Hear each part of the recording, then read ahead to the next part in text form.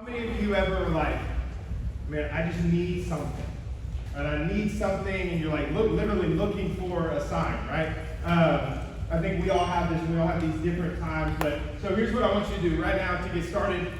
Take your phone out, right? If you're taking notes on something, you can just do it on whatever notes you're taking. But take your phone out. Go to a place where you can take notes real quick. Okay? We're going to test your observation skills. We're going to see how observative. Is that a word? That's a word, right? That's a word. Luke, I'm looking at you for my help right now. I don't know why, but I am. So we're gonna figure that out. So once your phone is out, get to where you can take notes or you can write some stuff down. So what's gonna happen here in a second, there's gonna be a picture on the screen, and it's gonna be up for about 20 seconds, okay? And so I'll tell Ethan when to put it up, and I'll tell him when to take it down. It's going to be up there for about 20 seconds, and what you're going to do is you're going to write down, you're going to type out or write down if you're actually taking notes, like anything you observe from that picture, okay? Maybe where it was taken, what the colors are, what the background is, like anything that you see in there, I want you to write that down. And see what happens, and see what you find, okay? This is an individual exercise, okay? This is not a partner exercise, this is not a group exercise. So do this on your own, and go ahead and put some of that stuff down. So I'm gonna say ready, set, go. When I say go, Ethan's gonna throw it up there. You got 15, 20 seconds, and then we're gonna take it off, and we'll talk about it a little bit, okay? All right, ready, set, go. Write down as many things as you see in there. Like, what do you see? Don't say it out loud. Don't say it out loud. Just type it out.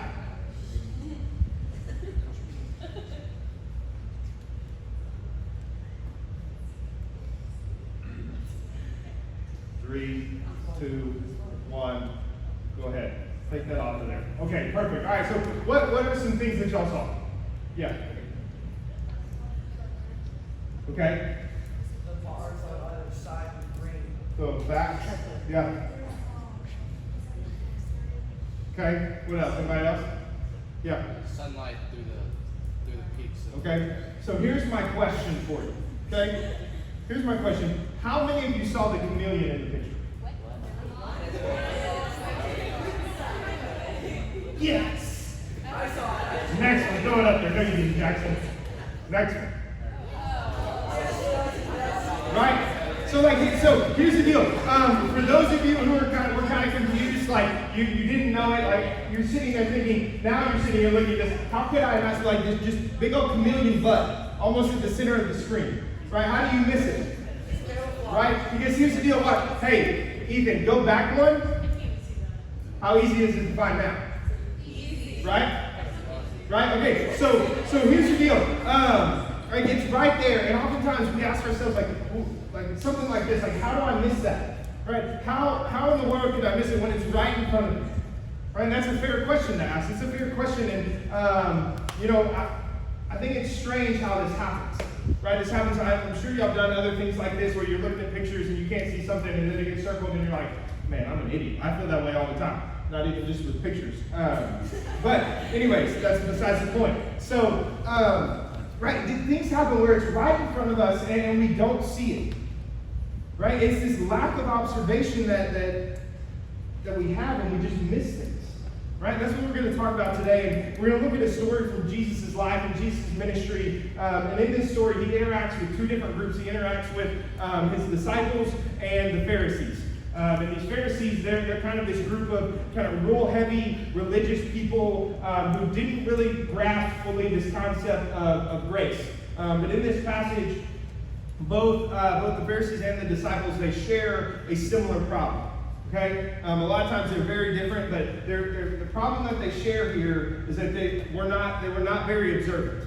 Right, so we're going to be in Mark 8, verses 11 through 21, and we'll read it in just a second. But go ahead and turn there if you have your Bible, Mark 8, 11 through 21. I'm going to read all of that right now, and then we'll come back and break it down. But what I want you to keep in mind is as we read this, the piece of Scripture right before this is where Jesus is fed the 4,000. Right, he feeds 4,000 people with 7 loaves of bread and a few fish. So he's just performed this amazing miracle, and they're leaving this place, and he's done this, and he's provided for people who didn't have what they needed. There wasn't enough, and he provided for them. Right? So then immediately after this is where we pick up in Mark 8, 11 through 21. It says this. The Pharisees came and began to question Jesus, to test him. They asked him for a sign from heaven. He sighed deeply and said, "Why does this generation ask for a sign? Truly, I tell you, no sign will be given to it." Then he left them, got back into the boat, and crossed to the other side. The disciples had forgotten to bring bread except the one loaf they had with them in the boat. "Be careful," Jesus warned them. "Watch out for the yeast of the Pharisees and that of Herod." They discussed this with one another and said, "It is because we have no bread." Aware of their discussion, Jesus asked them, "Why are you talking about having no bread? Do you still not see or understand? Are your hearts hardened? Do you have eyes but fail to see and ears but fail to hear? And don't you remember? When I broke the 5 loaves for the 5,000, how many basketfuls of pieces did you pick up?" 12, they replied. "And when I broke the 7 loaves for the 4,000, how many basketfuls of pieces did you pick up?" They answered, 7. He said to them, "Do you still not understand?" So in these stories, right, we go through this, and in these stories, we see 2 different groups of people, the Pharisees and the disciples. And we also see this problem that they both share. And the problem is that they can't see what Jesus is doing right in front of them. They can't see it. They can't see what he's doing, and Jesus has proven time and time again that he is who he says he was. He was and is the promised Messiah, the Son of God, the Redeemer of all things. And yet, like the chameleon in the picture earlier, they couldn't see it. See, although the Pharisees and the disciples, they had the same observation problem in this moment, their eyes were not open for different reasons. Okay, so we're going to look at these different reasons for each of them, and we're going to start out with the Pharisees. So let's jump back to verse 11 again and read this again. Mark 8:11. It says, "The Pharisees came and began to question Jesus. To test him, they asked him for a sign from heaven." So the Pharisees approach Jesus. They're demanding that he perform this miraculous sign as if he's some sort of like miracle vending machine, right? Where they can just go up and say, "Hey, give us this," and he's going to provide it. And they do this because they're wanting him to prove his divinity. They're trying to get him to prove himself to them. See, but Jesus has already proven himself. He's already proven who he is. And he's done it time and time again. In fact, we see it in Mark's gospel. We see, before we get to this point in Mark's gospel, we see this, that Jesus healed a leper, he healed a paralytic, he healed a blind guy, he walked on water during a severe storm, he calmed the storm by speaking to it, he resurrected a dead girl, he healed a woman with a lifelong ailment, and he fed thousands of people by miraculously multiplying a small amount of bread and fish 2 times. And there's more on that list, but man, and time again, he continues to prove himself. See, again, like I said, the story we're looking at right here, this interaction with the Pharisees and then the disciples, comes directly after him feeding the 4,000. Right? So Jesus had performed plenty of miracles already, and he literally had just done one. And still, the Pharisees have the audacity to come and demand a sign. Does anybody else see how ridiculous that sounds? That right after this, they would come and be like, "Hey, do this. Perform this miracle." See, I think Jesus felt the ridiculousness of this question. I think he did, because this is how he responds in verses 12 and 13. It says he sighed deeply. Right? Have you ever been asked a question and you're just like, you think in your head, why the heck are you asking that? Right? And so in that moment, you're just like, Anybody with me on that? I've done that. There's probably a specific, don't look at them right now, but there's probably a specific friend you have that does that all the time. But here's the deal. Somebody knows he's that friend. But here's the deal, right? So, and automatically, he sighs, right? And he's like, seriously? So it says, he sighed deeply and said, why does this generation ask for a sign? Truly, I tell you, no sign will be given to it. Then he left them, got back into the boat, and crossed to the other side. You guys, I got to be honest, Jesus is we all know this, but Jesus is way more gracious than I would have been. Right? And probably than y'all. See, if this had happened to me, like I put myself in Jesus' shoes right here, where I just fed 4,000 people from 7 loaves of bread and a few fish, and then all of a sudden these guys are like attacking me in this. If this is me, I'm going to be here, and I would have gone off. I would have been like, Seriously? Like, this is what you want to talk about right now. Were you not there? Did you not just see what I did with a few loaves of bread and how I fed all these people? Are you not yet entertained? Like, that's what I'm feeling right there. But Jesus was full of grace.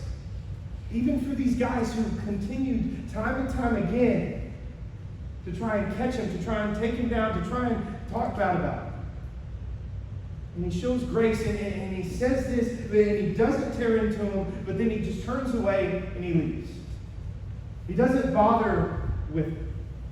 He doesn't bother with them and this question and what they're trying to do here, because he knows the truth. And the truth is that the Pharisees were unwilling to see what Jesus was doing. The Pharisees were unwilling to see what Jesus was doing. See, Jesus could have performed hundreds of miracles right in front of the Pharisees, and it wouldn't have mattered to them because they were unwilling to see what was right in front of them. They didn't want to really see who Jesus was. They just wanted to contradict it. At this moment, they didn't want to see it. I think the same problem still happens in our world today. We have this issue, right? I think many people don't believe in Jesus simply because they're unwilling to open their eyes and observe. They're unwilling to hear the truth. And even believers, right? Even believers, we miss it. We miss what God is doing in our lives because we're unwilling to open our eyes and we're unwilling to stop focusing on ourselves and focus on Him. We're unwilling to do those things. See, there's a lot of evidence, though. There's a lot of evidence for God's existence. Right? It's all around. If we would just take the time to look. If we would take the time to look into our lives to see what's happening each day. To see what God is doing, the good things that we have. Right? If we would look at creation. Right? Let's take creation, for instance. The beauty of creation points to God. And it points to this wise creator that we have. Right? Think about it. If you've been to the Grand Canyon, or you've been to any mountain pretty much, if you've been to the beach, if you've been, think of somewhere like the prettiest place you can think of, and think about how that shows God's creation. Right? And maybe you can't think about it, so I want us to think about this for a minute. Maybe you don't have one in your head, so I got a few examples for some incredible places. So the first one right here is Rainbow Mountains in China. Okay? Check this out. That's legit. Okay? So that kind of answers my question, but like, this is crazy. How many of you knew there were such things as Rainbow Mountains before right now? How many of you knew there's such thing as Rainbow Mountains before right now? A few? Okay. Okay. So like, this is wild to me though. Like, check this out. This is crazy. It's crazy that this would look like this. Or here's another one, the Iceland's Blue Lagoon. Okay, now here's the deal with this one. I feel like if you went and drank some of that water, like all of a sudden you would gain some kind of superpower, right? Like that's what that looks like to me. It looks like that secret place that's guarded by ninjas. That's just what I don't know. Maybe that's just what I think. All right, here's the last example. A Geyser Falls in Argentina, right? So here's the deal, like this is so beautiful that it looks fake. Right? This looks like it was designed solely just to be in a movie. And so here's if you are looking for evidence of God, all of creation, like you look at this picture, all of creation is just there waiting and it's saying, look at me. Creation is there. Look at me. Here's your sign. God created me. God created this for you. And of course, creation isn't the only thing that points to Him. It's not the only thing that points to this God that we have, this personal and powerful God. Right? We all have stories. We have things in our life, stories of life change, or answered prayers, or healings, or reinforced truth that comes in our life. We have these examples. And here's the thing, son. If you are not willing to believe, you're going to overlook or discredit even the most obvious signs that God gives. If you're not willing to look, if you're not willing to believe, you are going to miss it. So my question is, do you sometimes find yourself doing this? You sometimes find yourself not wanting to see because you want to stay where you are, or not wanting to see because you don't want to shift what you're doing in your life. And despite the evidence pointing to God, do you find yourself overlooking it? Do you find yourself making up other reasons that things happen other than God is working in my life? Right? Something happens in your life, something good, and instead of saying, man, God is good, like He's working in my life, you're saying, man, no, I deserve that because I did this. Well, that should have happened because I've been giving all of this effort. And so you take all of the credit instead of giving any to God. Do you ever find yourself in that spot? If you do right now, it's okay. Like, it's okay right now, but if you are and you find yourself there, I want to ask you to begin to be willing to look and observe. Be willing to look for what God is doing. Because if you would begin to look for Him, and you would take that time, you may find that what you're missing has actually been something that's been right in front of you. You might find that there's something that God has been trying to show you, but you've been too busy or too focused on yourself to see it. Now, with all of this said, right, we've already kind of hit a lot of stuff, but with all of this said, we still have another group to talk about. Right? We've talked about the Pharisees, now we're going to talk about the disciples. So remember, they had the same issue, the same problem right here as the Pharisees. They couldn't see what Jesus was doing right in front of them. They didn't understand what He was saying to them in this moment. But their reason was a little different. It's not that they didn't want to, right? So let's read Mark 8:14-21. It says this. The disciples had forgotten to bring bread except for one loaf they had with them in the boat.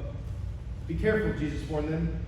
Watch out for the yeast of the Pharisees and that of Herod. They discussed this with one another and said, it is because we have no bread. Aware of their discussion, Jesus asked them, why are you talking about having no bread? Do you still not see or understand? Are your hearts hardened? Do you have eyes but fail to see and ears but fail to hear? And don't you remember? When I broke the 5 loaves for the 5,000, how many basketfuls of pieces did you pick up? 12, they replied.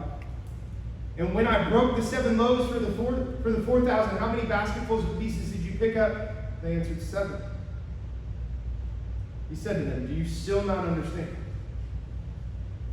All right, so let's step back for a second. Like, think about this. Jesus had just fed the 4,000, right? This happened. He feeds the 4,000, and then right after that, he comes in contact with the Pharisees, and he's just kind of shrugged them off when they request for a sign. And then he gets on this boat, and when he gets on this boat, he decides to do a little discipleship. He decides that when he gets on this boat, he's going to teach his guys a little something. Right? And in verses 14 and 15, we see that Jesus is trying to teach them to not be like the Pharisees. He's saying, don't be like them. Right? It's kind of like if we were sitting here and he was here and he was like, hey guys, make sure you don't start acting like the Pharisees. Don't demand signs. Don't be slow to believe. Don't test God. And he goes on to say some of these things. And this right here for them, it was a great learning opportunity that was placed before them. It was a great opportunity. But they were too distracted by their growling stomachs to hear what he was saying. Right? Because what's it say? It says in 15, be careful. Jesus warned them, watch out for the yeast of the Pharisees and that of Herod. So he just warns them, and then they discuss it, and then they say it's because we have no bread. And he goes into this. See, all they could think about right here, like, put yourself in their shoes right here. If this is you, this would be what you were thinking right here. Man, where are we stopping on the way home? We're stopping at Cane's. We're talking about Jimmy John's. Where are we going? Like, that's kind of what it is right here. Like, where are we going? Like, I don't want to think about anything else, even when he's talking. See, I would like to think that in this moment, right after seeing him feed the 4,000, that I wouldn't be worried about food. That's what I would like to think. But we all know I probably would be worried about food. I would like to think I wasn't, because I just seen this miracle where he fed them. He feeds 4,000, and then these guys have a loaf of bread, and they're worried about what's going to happen. Now you see, Jesus' disciples, they're willing to listen to Jesus. Right? They've been living life with him. They've been following him. They've been listening to him. He's been teaching them. But their issue in this moment is that the disciples are inattentive to what Jesus was doing. In other words, they weren't paying attention. You see, if the disciples would have just stopped for a second to focus on what Jesus was saying, they could have learned something. They would have stopped thinking about themselves. They could have learned something right there. But they couldn't pay attention because they were focused on their current moment. They were focused on what they wanted. So now I ask, do you relate to that struggle? Do you feel like sometimes you're not focusing on God because you're too focused on yourself? You're too worried about what's coming next. You're too worried about the situation you're in or the hurt that's been caused to you. Or you're too worried about that relationship you're in. You're too worried about whatever it is. But you're not spending time looking for where God is moving. Maybe that's where you are. And I would think many of us fall into that category. But yeah, we believe and we want to see God move. We want to see him work. But we're too distracted to take it all in. We're too distracted to see. So as a result, we're often too busy to take time to watch him move. And we sit here and we say, well, God's just not talking to me. I don't feel God in my life. I don't think God is moving in my life. I can't hear him speak. I don't know what he wants me to do. I don't know what to do. Well, it's because you're not spending time with him.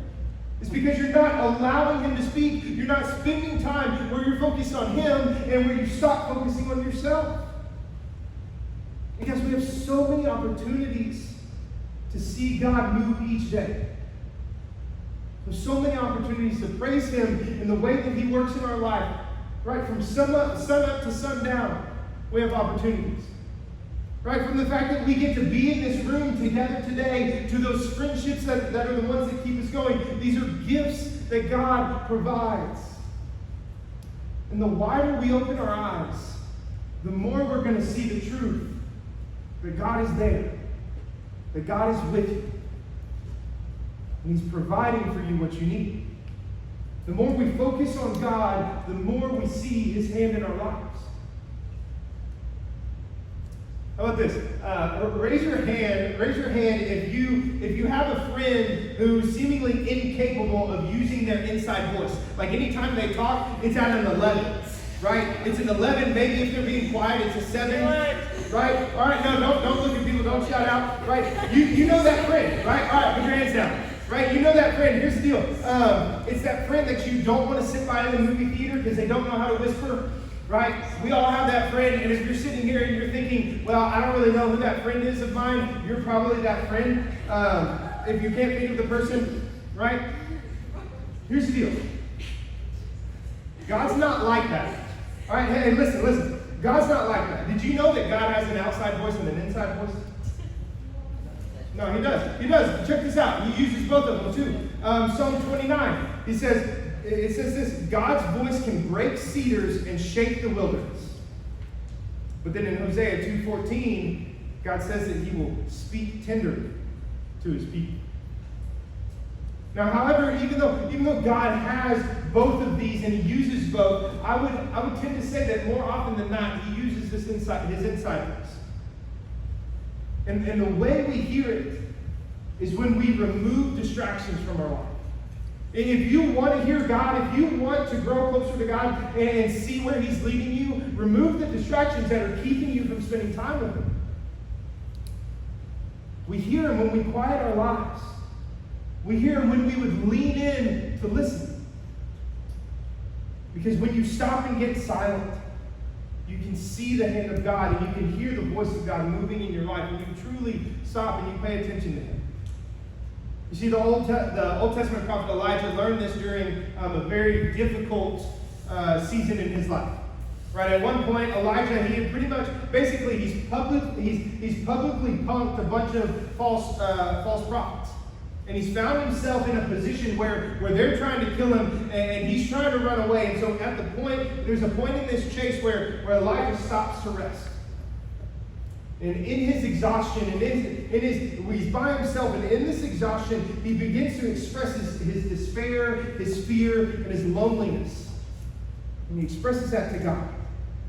And he breaks down and shares with God. And so God tells Elijah to get up from the dusty floor of the cave that he was camping in and to stand on the mountain in the Lord's presence. And so check out what happens right here in 1 Kings 19, 11 through 13. It says this. This is the Lord said, "Go out and stand on the mountain in the presence of the Lord, for the Lord is about to pass by." Then a great and powerful wind tore the mountains apart and shattered the rocks before the Lord. But the Lord was not in the wind. After the wind, there was an earthquake, but the Lord was not in the earthquake. After the earthquake came a fire, but the Lord was not in the fire. After the fire came a gentle whisper. When Elijah heard it, he pulled his cloak over his face. He went out, stood at the mouth of the cave, and the voice said to him, "What are you doing here, Elijah?"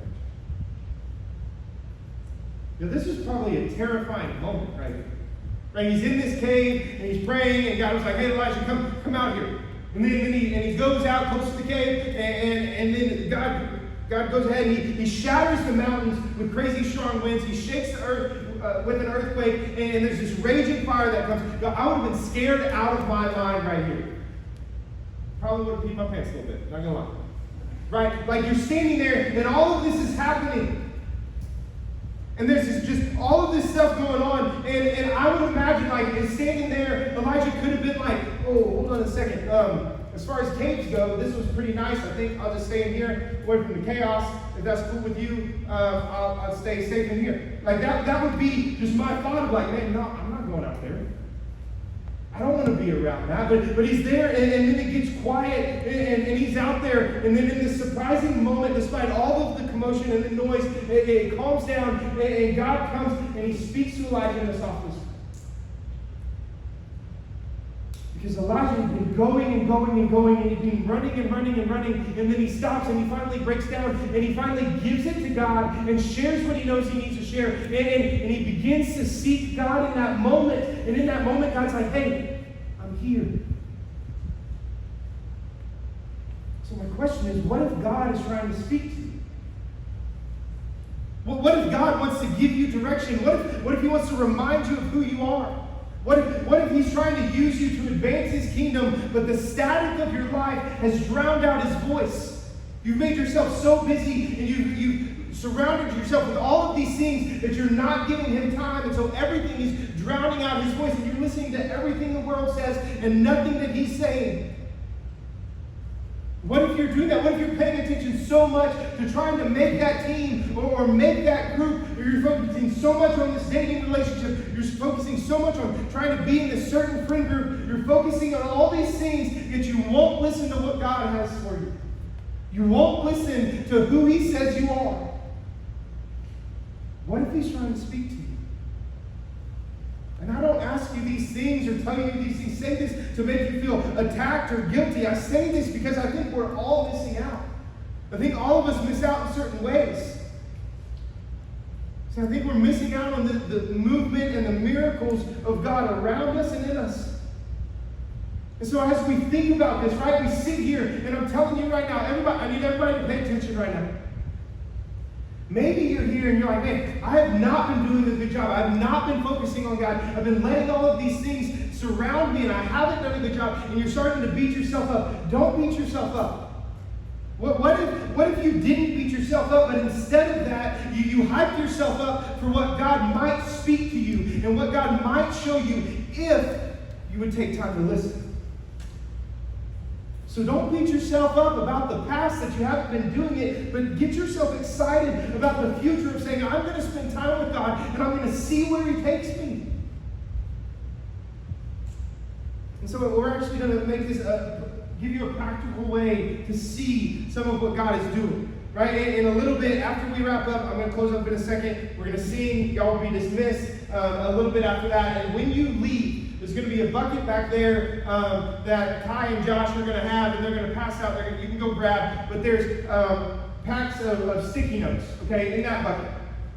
Everybody grab one of those, okay? Everybody grab a thing of sticky notes, and what I want you to do is you're going to go home, you're going to take that, you're going to get a mason jar, a cup, a bowl, whatever it is, okay? Okay? Something that you can put those things in. And throughout this week or this month, whatever you want to do, every time you see evidence of God working in and or blessing your life, I want you to write it down on a sticky note and put it in the jar. Now, this means you got to pay attention. This means you got to commit to that. So anytime you see something good, anytime you feel God moving, write that down on that sticky note, take it off, put it in the jar. Right? So if God answers a prayer request, write it down. If there's a strained friendship that begins to heal, write that down. If someone asks you about your faith, write that down. If you get to talk to someone about Jesus, write that down. If the person in front of you at Starbucks pays for your drink, write it down. If God helps you through a situation that you thought was hopeless, write it down. If you notice a particularly pretty sunset, write it down. If you wake up if you forget to set your alarm and you wake up on time, write it down. Like, whatever it is, no matter how big or small, write down the things that make you happy, the things that bring joy into your life. And then at the end of the week, or at the end of the month, take those out and thank God for them. Thank Him as you write them down too. See, I want us to do this, and I want us to begin to think about the things that God is doing in our life, the way He's moving, because I believe that God is working in our lives far more than we realize. He is working in your life far more than you realize. If you're taking notes, write that down. God is working in your life far more than you realize. See, I want us to begin to train our hearts and our minds to begin to see that. To begin to see where God is moving. So we stop Him, so we don't miss it. Because we need to hear Him. We need to see where He's leading us. Because we can't do this on our own. So if you need to know that God is there, then look for it. Make time to listen. And as the band comes back up, I'm telling you guys, if you would open your eyes, you would open your ears to see and hear God talk to you, it would change your life. Because in your life, God is here, and God is standing here, and through His creation, through people He's placed in your life, through all kinds of things, God is there, and He's saying, hey, look, I'm still here. God is saying, I'm still here. I'm with you. I love you. I care about you. You are mine, and I want a relationship with you. So join me. That's what He's saying. That's what His arms are open. Right? And through these things, even throw that title slide up there. And through these things, He's saying, hey, here's your sign that you're looking for. Here's your sign. I love you. I care about you. I want a relationship with you. And He's giving you those signs daily. So don't miss them. Take time to seek Him. And search your heart for how you're spending time with Him, and how you are giving your life over to Him. Let's pray. Father God, I thank you for today. Thank you for this time that we have together. I thank you that you love us. Lord, you are a creator, you're a sustainer. I thank you for allowing us to live this life with you. I pray that we continue to go through life, that we pull us close to you. And Lord, no matter what happens in our life, no matter who's around us, no matter what we're going through, no matter how hard things are, no matter who in this world we know we can turn to, I pray that you would remind us we can always come to you no matter what else is going on. Lord, I pray that you would be glorified in the way that we live. I pray that you would be honored by the way that we choose you